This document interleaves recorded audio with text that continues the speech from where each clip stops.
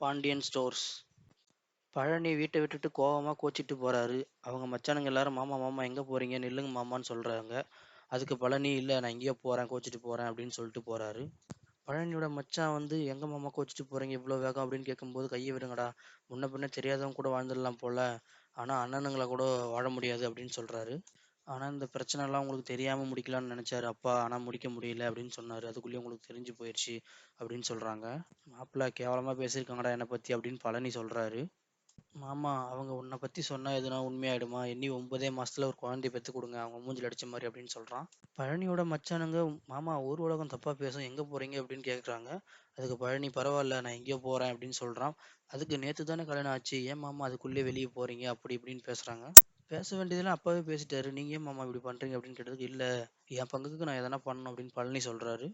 அதுக்குன்னு ஒரு நேரம் வரும் அப்ப நான் யாருன்னு காட்டுன்னு பழனி ஆவேசமா சொல்றாரு. அதுக்கு மச்சான் இல்ல மாமா பாத்துக்கலாம் அப்படி வாங்க போய் டீ குடிச்சிட்டு போலாம் அப்படின்னு சொல்றாரு. அதுக்கு உடனே பழனி யார்றா அவன் என் வாழ்க்கையை பத்தி பேசிட்டு இருக்கேன் டீ குடிக்க போலான்னு கூப்பிடுறான் அப்படின்னு சொல்றாரு. நான் எங்கேயும் வரல நான் போறேன்னு சொல்றதுக்கு பரவாயில்ல மாமா வாங்கன்னு சொல்லி கன்வின்ஸ் பண்ணி டீ கடைக்கு கூப்பிட்டு போறாங்க. இனிமே அவனுங்களை நான் அண்ணான்னு கூட மாட்டேன் அப்படின்னு சொல்றாரு. அவனுங்களை நம்பவே மாட்டேன் அப்படின்னு சொல்றாரு பழனி. கல்யாணம் பண்ணாம யாரும் நிம்மதியா இல்லையா என்ன, நானும் உங்களை கூட கல்யாணம் பண்ணாமே சந்தோஷமா இருந்திருப்பேன்டா அப்படின்னு சொல்லி பழனி ரொம்ப வருத்தப்படுறாரு. நான் எப்போ கல்யாணம் பண்ணனோ அப்பயே கூடவே சேர்ந்து பிரச்சனையை ஆரம்பிச்சிடுறேன்னு சொல்லி பழனி ரொம்ப வருத்தப்படுறாள். எதுக்கு இதை பற்றிலாம் பேசிக்கிட்டு வாங்க போகலாம் அவங்க அண்ணனை ஓரமாக தூக்கி போடுன்னு சொல்கிறாரு. உங்கள் கல்யாண வாழ்க்கையை சந்தோஷமாக வாழ பாருங்க அப்படின்னு சொல்லி அட்வைஸ் பண்ணுறாங்க. எதையும் யோசிக்காதீங்கன்னு சொல்கிறாங்க. பழனி நான் என்ன தான் பண்ணுறதுன்னு தெரியாமல் யோசிச்சுட்டே போயிட்டுருக்காரு. உடனே பார்த்தா பழனியோட குடும்பத்தை காட்டுறாங்க. பழனியோட மருமக அதாவது ஒய்ஃபும் சேர்ந்து அவங்க மாமியார் கூட ரொம்ப சின்சியராக பேசிகிட்டு இருந்தாங்க போல். அந்த பாட்டியோட மருமகள்கள் எல்லாரும் நீங்களும் புது மருமகளும் என்ன பேசிட்டு இருந்தீங்க தோட்டத்து பின்னாடி உட்காந்து அப்படின்னு கேட்க, இல்லைம்மா ஒன்றும் இல்லை புது செடிகள்லாம் களைகள்லாம் இருக்குது, அந்த களைகள்லாம் பிடுங்கணும் புதுசு புதுசாக வளர்ந்த செடி இல்லை அப்படின்னு சொல்கிறாங்க. சுகன்யா தாம்மா இனிமேல் தோட்டத்தெல்லாம் கவனிச்சிக்க போகிறாளாம் களையெல்லாம் பிடுங்க போகிறாளாம் அப்படின்னு சொல்கிறாங்களாம். அந்த பாட்டி சொல்லுது நீங்கள் ஏதோ அந்த பொண்ணு பெரிய வாயாடி அப்படி இப்படின்னு பேசுனீங்க, அது பார்த்தா பச்சை புள்ளி ஆட்டத்துல பேசுது அப்படின்னு சொல்கிறாங்க. ஆனால் பாம்போட விஷத்தை பின்னாடி தான் இருக்குன்னு நினச்சி எல்லாரும் பயப்படுறாங்க. முன்னொரு காலத்துல அவ வாயாடியா இருந்திருப்பா, ஆனா இப்ப திருந்திருக்கலாம்ல அப்படின்னு சொல்லி அவங்க பெரிய மருமக சொல்றாங்க. ஆண்டவா நான் பழனிக்கு வாழ்க்கையை நினைச்சு கஷ்டப்பட்டே இருந்தேன், பரவாயில்ல நல்ல மருமகளை தான் அமைச்சிருக்கான்னு சொல்லி அந்த அம்மா சொல்றாங்க. இனிமே நான் நிம்மதியா கண்ணை மூடுவேன் அப்படின்னு அந்த பாட்டி சொல்ல, அதுக்கு பெரிய மருமக ஏன் அத்தை எப்ப பார்த்தாலும் இப்படியே சொல்லிட்டு இருக்கீங்க, எதை பார்த்தாலும் கண்ண முடியும்னு சொல்லிட்டு இருக்கீங்க அப்படின்னு சொல்றாங்க. உடனே சுகன்யா வரா. சுகன்யா வந்த உடனே வந்து என்ன சமைக்கிறீங்கன்னு கேட்க, நாட்டுக்கோழி மீன் வறுவல்லாம் செய்கிறோம் அப்படின்னு சொன்ன உடனே எதுக்கு இன்னைக்கு செய்றீங்க ஞாயிற்றுக்கிழமை தானே செய்வாங்கன்னதுக்கு, இல்லை புது மருமக நீ வந்திருக்கிய அதனால செய்கிறோம் அப்படின்னு சொல்கிறாங்க. சுகன்யா அவங்க பெரியம்மா பொண்ணை பார்த்து ஏன்க்கா நீ பேசவே மாட்டேங்கிற அப்படின்னு கேட்குறா. அதுக்கு அந்த அக்கா இல்லை நான் பேசித்தானே இருக்கேன் அப்படின்னு சொல்கிறாங்க. இல்லையே நீ ஏதோ சண்டைக்காரி மாதிரி பார்க்குறியே பேச மாட்டேறியே அப்படின்னு சொல்லி வருத்தப்படுறாங்க. அதுக்கு அந்த பாட்டி ஏன் மாறி நல்லா தான் பேசுறேன் அப்படின்னு சொல்கிறாங்க. இல்லத்த நான் நல்லா தான் பேசுகிறேன் அப்படின்னு சொல்கிறாங்க. வீடெல்லாம் சுற்றி பார்த்தியா அப்படின்னு கேட்குறாங்க. சுற்றி பார்த்தேன் ஒரு குறை இருக்குது அப்படின்றாங்க. அது என்ன குறைன்னு கேட்கும்போது, எல்லா ரூமும் பெருசாக இருக்குது எங்கள் ரூம் மட்டும் சின்னதாக இருக்குது, மற்றவங்க ரூமோட எங்கள் ரூம் சின்னதாக இருக்குன்னு சொல்லி வருத்தப்படுறா சுகன்யா. உடனே சுகன்யா சரி எனக்கு பெரிய ரூமாக கொடுத்துருங்கன்னு சொல்ல, சரி வடிவு நீ அந்த மூலையில் இருக்கிற ரூமை ரெடி பண்ண சொல்லு அப்படின்னு சொல்கிறாங்க. சரின்னு சொல்கிறாங்க. உடனே சுகன்யா ஆரம்பிக்கிறா அவளுடைய வில்லித்தனத்தை.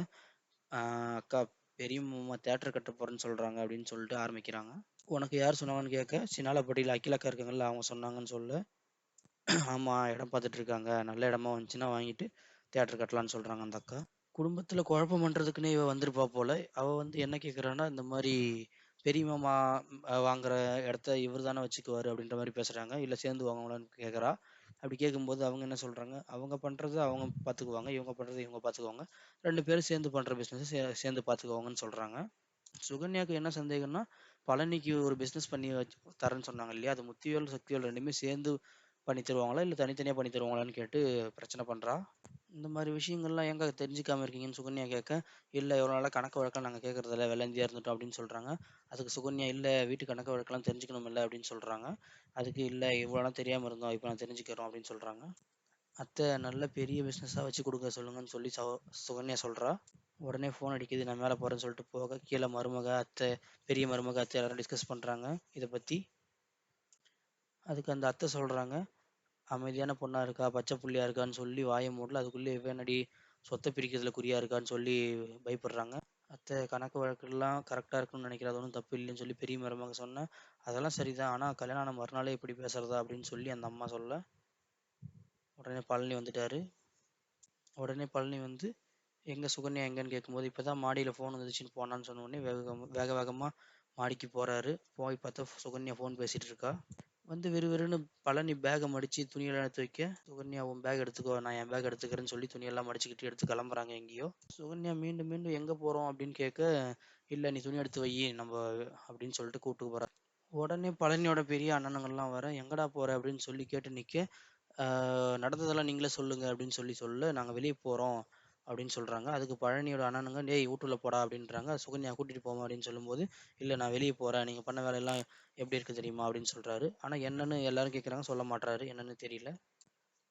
அதுக்கு பழனி சொல்றாரு, அத்தா பெரிய மாமா ஏற்பாடு பண்ண கல்யாணத்தை எப்படி நின்னுச்சுன்னு இவ்வளவு நாளா குழம்பிட்டு இருந்தோம் இல்லையா, அதை நிறுத்தினதே உன்னுடைய பெரிய பிள்ளைங்க 2 பேரும் தான் அப்படின்னு சொல்லி உண்மையை போட்டு உடைக்க ட்ரை பண்றாரு. அதுவும் எப்படி அத்தா, சொல்றதுக்கே வாய் கூசுற மாதிரி ஒரு பொய் சொல்லியிருக்காங்க, அதை என் வாயால சொல்ல முடியாது, ஆனா அவங்க தான் நிறுத்துனாங்கன்னு சொல்றாரு. அதுக்கு அந்த ஆத்தா, பழனி சொல்றது உண்மையான்னு கேக்குறாங்க. ஆமாத்தா நாங்க தான் நிறுத்தினோம் அப்படின்னு சொல்றாரு பெரிய அண்ணன். அண்ணி நீங்க பேசாதீங்க, அவங்க பண்ணது உண்மைதான் அப்படின்னு சொல்லிட்டு இவர் நான் வெளியே போறேன் அப்படின்னு சொல்றாரு. இவங்களுக்கு தலையிலேருந்து கால் வரைக்கும் விசையேறி கிடக்கு, செட் ஆகாது அப்படின்னு சொல்றாரு. ஆத்தா அதோடைய விருப்பத்துக்காக இங்க இருக்கு, எனக்கெல்லாம் செட் ஆகாது, நான் சுகன்யாவை கூட்டிட்டு கிளம்புறேன் அப்படின்னு சொல்லி பழனி வெளியே கிளம்புறாரு. யாரும் என்ன தூண்டி விடல, நான் கிளம்புறேன் அப்படின்னு சொல்றாரு.